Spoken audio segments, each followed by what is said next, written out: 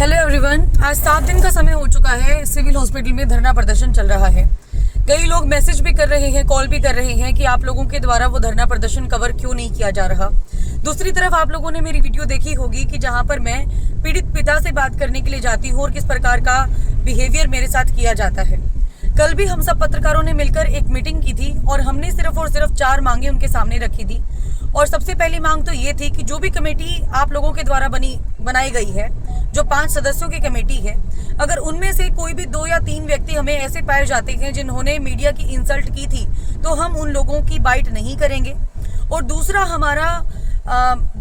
हमारा जो पॉइंट था वो ये था कि जितने भी मान लीजिए पत्रकार हैं, क्योंकि सब लोगों की सार्वजनिक तौर पर इंसल्ट की गई है, तो हम लोग चाह रहे थे कि सार्वजनिक तौर पर ही वो लोग अपोलोजाइज करें।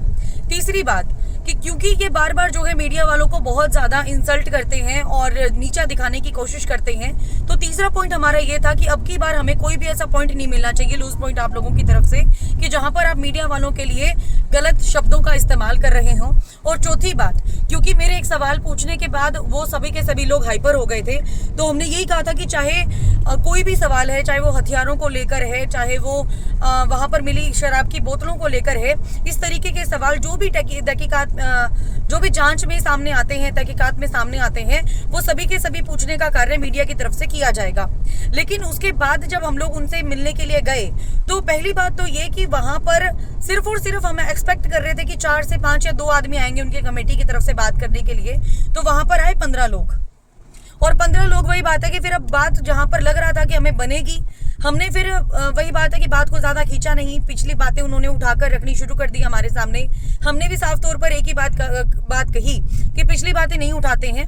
4 पॉइंट जो हम लोगों ने डिसाइड किए हैं वो हम आपके सामने बताते हैं। जब 4 पॉइंट्स हमने उनके सामने रखे, जो 4th पॉइंट था हमारा हथियारों को लेकर, उस बात को लेकर कहीं ना कहीं लोगों को फिर से मिर्ची लग गई, क्योंकि ये लोग चाह रहे थे कि सवाल भी हमारे हो और जवाब भी हम उसी तरीके से दें। उसके बाद हमने जब 4th पॉइंट इनके सामने रखा कि हथियारों को लेकर भी सवाल किए जाएंगे और साथ में शराब की बोतलों को लेकर भी सवाल किए जाएंगे, तो इन्होंने साफ तौर पर एक ही बात कह दी हमें कि मैडम आप एक बात बताइए, जिस कम्युनिटी से बिलोंग करते हैं वहां पर इस प्रकार के हथियार पाया जाना बड़ा ही कॉमन है। हमने कहा जी चलो ठीक है, कॉमन है, लेकिन वहां पर पंच वगैरह भी कुछ मिले हैं पुलिस के द्वारा, वो किस लिए वहां पर रखे हुए थे? तो उन्होंने कहा कि मैडम देखिए उनके ऊपर पुराना केस चल रहा था, इसीलिए उन्होंने अपनी सेफ्टी के लिए रखे हुए थे। समझ गए थे हम लोग पॉइंट। उसके बाद कहा जी, हमने कहा कोई बात नहीं, मीडिया के सामने जो भी जांच में जो चीजें सामने आती रहेंगी हम पूछते भी रहेंगे। साथ ही साथ सुबह से लेकर शाम तक आपकी जांच कितनी आगे बढ़ी है, आप लोगों को कितना आपको लगता है कि न्याय मिला है या नहीं मिला है, उन कमेटी के 2 या 3 जो पर्सन्स हैं उनसे पूछ लिया जाएगा, उन लोगों से पूछ लिया जाएगा। लेकिन जो वहां पर एक और लेडी थी, आई डोंट नो उनका नाम क्या है, और वो आती हैं, आने के बाद मुझे कहना शुरू कर दिया, क्योंकि सारी की सारी बातें हो चुकी थी, तब तक इतना ज्यादा गर्मा गर्मी का माहौल नहीं था। उसके बाद वो लेडी सामने आती है, आने के बाद दोबारा से एलिगेशन लगाने शुरू कर दिए। तो उन लोगों ने हमारे ऊपर एलिगेशन, उस लेडी ने मेरे ऊपर एलिगेशन लगाने शुरू कर दिए कि आपने आकर वीडियो बनाई, वीडियो बनाते टाइम आपने वेट नहीं किया कि पंचायत का क्या फैसला आएगा। उसके बाद आपने जो है वहां पर उनके पिता को प्रेशराइज किया कि आप हमारी बातों का जवाब दो। तो मैंने उनको कहा, मैंने कहा आपने पूरी वीडियो देखी है? अगर आपने पूरी वीडियो देखी नहीं है तो आप कैसे कह सकती हैं कि मैंने किसी के पिता को प्रेशराइज किया है? मैं मानती हूं उनका बेटा गया है, वो बहुत ज्यादा दुख में है, फिलहाल बोलने के उसमें नहीं है कि वो बोल पाए, मैं कहूंगी कि उस हालात में नहीं है। लेकिन अगर एक पीड़ित की जो आवाज है वो पीड़ित ही रख सकता है, शायद ये जो समाज के ठेकेदार बने फिरते हैं ये लोग नहीं रख सकते। तो यही चीज जब मैं, क्योंकि देखिए मेरा जो वोकल है, मेरा बोलने का तरीका है, लोगों को लगता है कि ये चिल्ला के बात कर रही है, लेकिन सॉरी टू से मेरे वोकल ही बहुत ज्यादा हाई लेवल के कहूंगी मैं तो, क्योंकि बहुत ज्यादा हाई हैं। जब मैं नॉर्मल भी बात कर रही होती हूँ तब भी लोगों को ये लगता है कि मैं चिल्ला के बात कर रही हूँ, क्योंकि अपने हरियाणा में भी बहुत सारे लोग ऐसे हैं जो आराम से बात करते हैं, बट ऐसे लगता है कि वो लड़ाई कर रही हैं। मैं लड़ाई उस टाइम भी नहीं कर रही थी। और उस वीडियो को अंत तक आप देखेंगे तो अंत तक मैंने अपने आप को कंट्रोल में किया है। और मैंने उनसे जब क्रॉस क्वेश्चन किया कि चलो ठीक है, 3 दिन से हमने कुछ नहीं किया, मीडिया वालों ने कुछ नहीं किया, आप लोगों को सिर्फ दिखाने का काम किया है, तो 3 दिन तक आप लोग यहाँ पर बैठे हैं, तो आप लोगों ने क्या कर दिया? आप लोग भी हमें बताइए, कमेटी आप लोगों की बनी नहीं है। जो डिमांड है एक पिता की कि वो अपने बेटे का चेहरा देखना चाहता है, वो चेहरा आप लोगों ने अभी तक नहीं दिखाया है, तो आप किस प्रकार की मांगे रख रहे हैं? लेकिन वहां पर फिर वो गर्मा गर्मी का माहौल हो गया। उसके बाद उस लेडी ने मेरी वीडियो बनानी शुरू कर दी। उसके बाद सभी पत्रकारों ने बैकफुट पे आना ही वाजिब समझा, क्योंकि सिचुएशन बहुत ज़्यादा बिगड़ चुकी थी।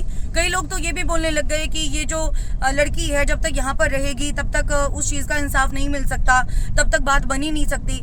हम तो पॉइंट डायरेक्ट टू डायरेक्ट रख रहे थे जी, पर्सन टू पर्सन ही हम लोग रख रहे थे।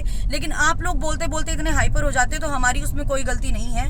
हम लोग फिर भी सबकी सब बातें भुला के आप लोगों से डायरेक्ट बात करने के लिए आए थे। बट आप लोगों ने किस प्रकार का बिहेव वहां पर मौजूद सारे के सारे पत्रकारों से किया, वो किसी से छुपा नहीं है। वहां पर सभी के सभी पुलिस वाले भी थे, वहां पर सभी के सभी पत्रकार भी थे, आप लोग भी वहां पर आए थे। शुरुआत किन की तरफ से की गई थी, क्या की गई थी, वो सारी की सारी चीजें आप लोगों को पता है।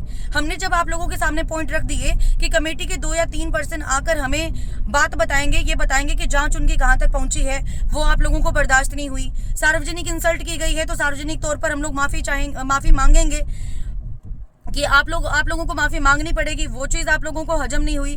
तीसरी बात कि आप लोगों में से कोई भी गलत मीडिया के बारे में ना बोले, वो चीज आप लोगों को हजम नहीं हुई।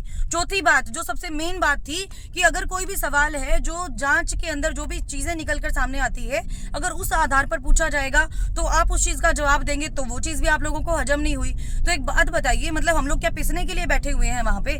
हमारा भी दिल जल रहा है इस बात को लेकर कि पीड़ित के पिता को अभी तक न्याय नहीं मिला है, उनको न्याय मिलना चाहिए था।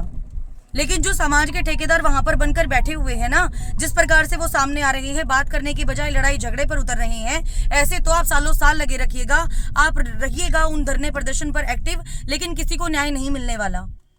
जिन लोगों को बाहर से आकर यहाँ पर रहते हुए 4 दिन भी नहीं हुए हैं, वो लोग हमें जज कर रहे हैं कि हम किस प्रकार के हैं। तो सॉरी टू से, हमारे अंदर भी इंसानियत है, हमारे अंदर भी भावना है। हम भी चाहते थे कि जो पीड़ित परिवार हैं उनको न्याय मिलना चाहिए। 16 साल का उनका बेटा गया है, लेकिन किस प्रकार से बिहेवियर आप लोगों की तरफ से किया जाता है। उसके बाद कमेंट करके आप पता नहीं क्या क्या चीजें बोल रहे हैं कि आपको तो पत्रकारिता छोड़कर ठेका खोल लेना, क्या खोल लेना चाहिए।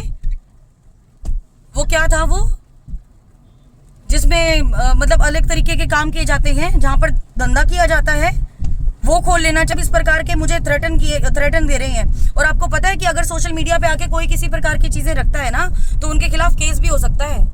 वो तो आप मेरी इंसानियत समझिए कि अभी भी मैं चुपचाप होकर बैठी हुई हूँ। मैं आप लोगों के खिलाफ ना तो बोल रही हूँ ना कुछ और। अभी भी चीजें संभल सकती है, लेकिन आप लोग संभलने के पक्ष में बिल्कुल भी नहीं है। कल तक भी हम लोग ये सोच रहे थे, हमारे मन में ये गिलानी थी कि कहीं ना कहीं ये सामाजिक दलों के बीच में और जो मीडिया के बीच में खींचतान हो रही है, कहीं ना कहीं पीड़ित उनके बीच में पिस रहे हैं। पीड़ित की हम लोग जाकर बात सुनेंगे, और सुनने के बाद, क्योंकि हम लोग मीडिया है, समाज का आईना है, हम वो चीज दिखाएंगे। लेकिन जिस प्रकार से आप लोगों ने बिहेवियर किया ना कल हमारे साथ, वो बिल्कुल भी एक्सपेक्टेड नहीं था। बिल्कुल अनएक्सेप्टेबल बिहेवियर आप लोगों ने हमारे साथ किया है। और अगर आप इसी तरीके से करते रहे, उसके बाद आप ये सोचते रहे कि हम लोग पिसे भी सही, हम लोग मार भी खाएं, हम लोग गालियां भी सुने, उसके बाद भी अगर आपकी कवरेज करे, तो सॉरी टू से कोई भी कवर नहीं करने वाला। As simple as that. Thank you so much. मुझे अपनी बात रखनी थी और वो मैं रख चुकी हूँ। बाकी आप लोगों की मेंटालिटी है, आप लोगों को किस प्रकार से जज करना है, किस प्रकार से नहीं करना है, वो आप करते रहिए। और अभी भी हम लोग यही बात बोल रहे हैं, पहले भी मैं यही बात बोल रही थी कि पीड़ित पक्ष अगर आकर अपनी बात को रखना चाहता है तो रख सकता है, अभी भी ओपन द्वार है उनके। लेकिन जिस प्रकार से कल बिहेवियर किया गया है ना, मन हट गया है हमारा। अब आप ही दिलवाइए न्याय, जिस प्रकार से आप दिलवा सकते हैं।